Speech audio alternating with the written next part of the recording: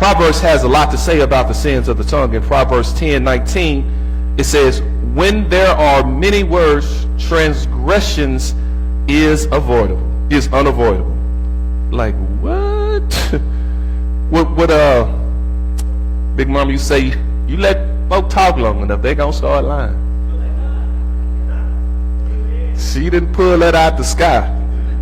She pulled that out the Bible.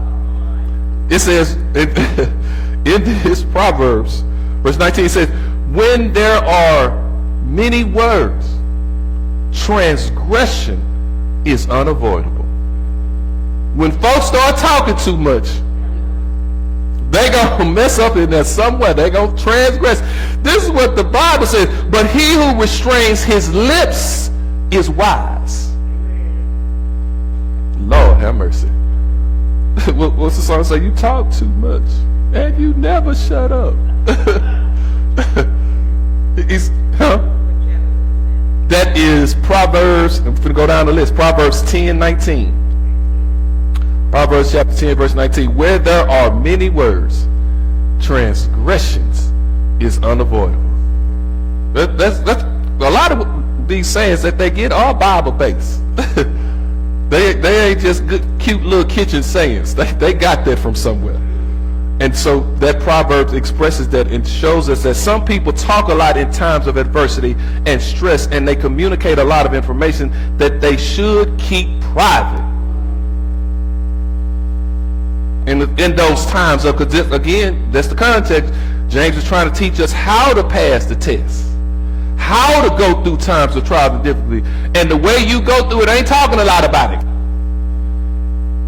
Because you're going to keep talking about it to everybody. That's all we all going to be focusing on. Now we all saddened about it. Now, and it says that transgression becomes unavoidable. That somewhere in there is going to be a transgressing, a missing the mark, or going against what God's standard is. Proverbs 13:3 says, the one who guards his mouth preserves his life. The one who opens wide his lips comes to ruin. Proverbs 13:3. The one who guards his mouth preserves his life. This is what James is saying. He said that you want to preserve your life through this time of testing. You better guard what you're saying. You better guard your mouth, because it said the one who can do what? The one who opens his mouth wide, his lips come to ruin. He opens his mouth and always has something to say about it, only comes to ruin, because what you're speaking of is not really the truth. It's just opinion or ideas, or it's just the complaint out of your circumstances. And now you got somebody else that you just shared all this stuff with. Now they have these mental attitudes of. Now they're starting to formulate their own opinions and ideas about how this whole thing works. Proverbs 21:23 says, he who guards his mouth and his tongue guards his soul from troubles. Jesus.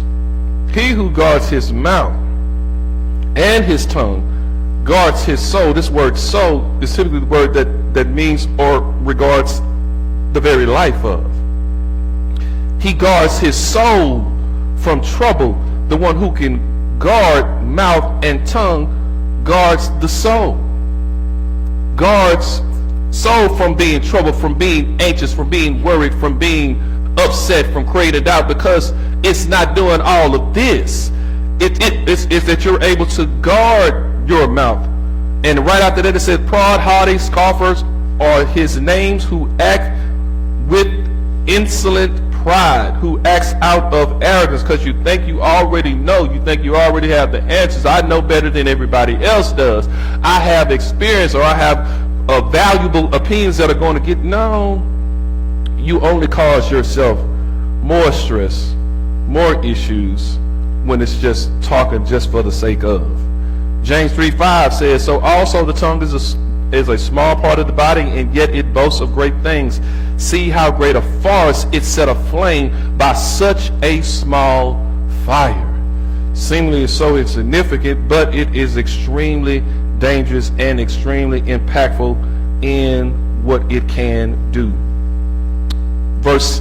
Psalm 101 verse 5, Psalm 101 verse 5 says, whoever secretly slanders his neighbor. And notice what it says, he who what? Secretly slanders his neighbor.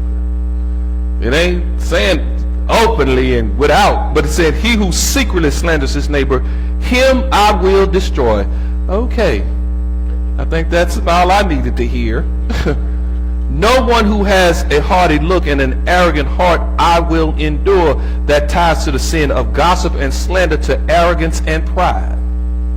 He who slanders his neighbor, talks down, talks bad about, talk about what they doing, how they living, and how condemned they are. This gossip, this slander, it rises out of arrogance and pride because you think you're so much better than. That ain't your sin, so you think you cool, but we just don't know your sin because we don't see your sin. We see everybody else's, and so you think yours is but good because you've been keep yours in secret. Now, that's why he started out by telling us what?